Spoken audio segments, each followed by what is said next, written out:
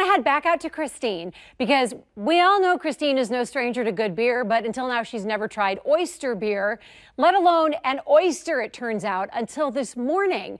Christine joins us from Jack's Fish House and Oyster Bar. Aw, shucks, Christine.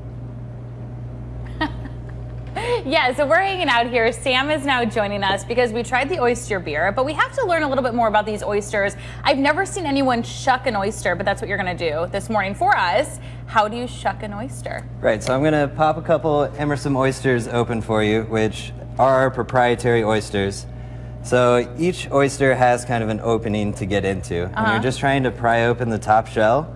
So a lot of it comes kind of in the wrist of a little wiggle.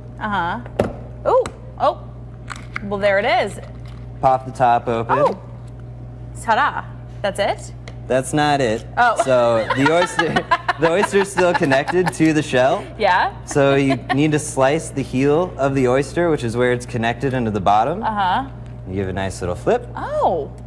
Because they're much prettier on the bottom side. Oh, interesting. So they're still connected to the bottom shells when you open them. So it's not as easy as just popping it open.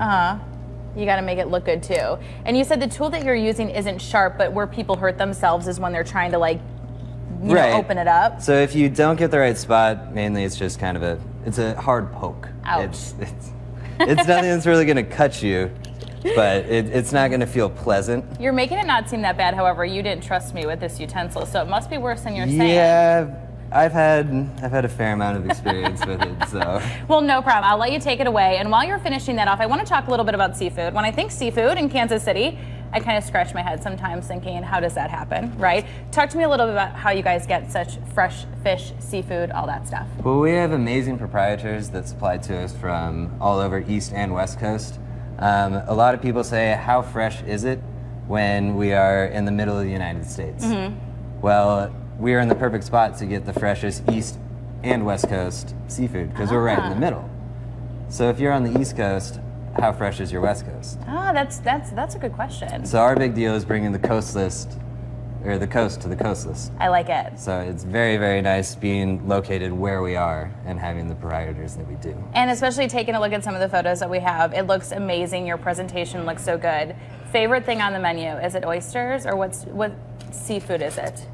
It's got to be the oysters. Oysters? Yeah, it's got to be the oysters. We consistently have about a selection of 3 to 4 East and West Coast oysters available every single day.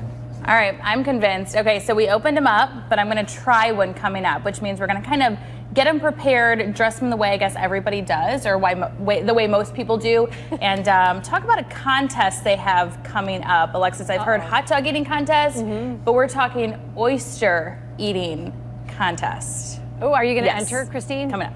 All right, we'll see. I mean, I may after today. I may. Thanks, guys. We'll check back with you in a little bit.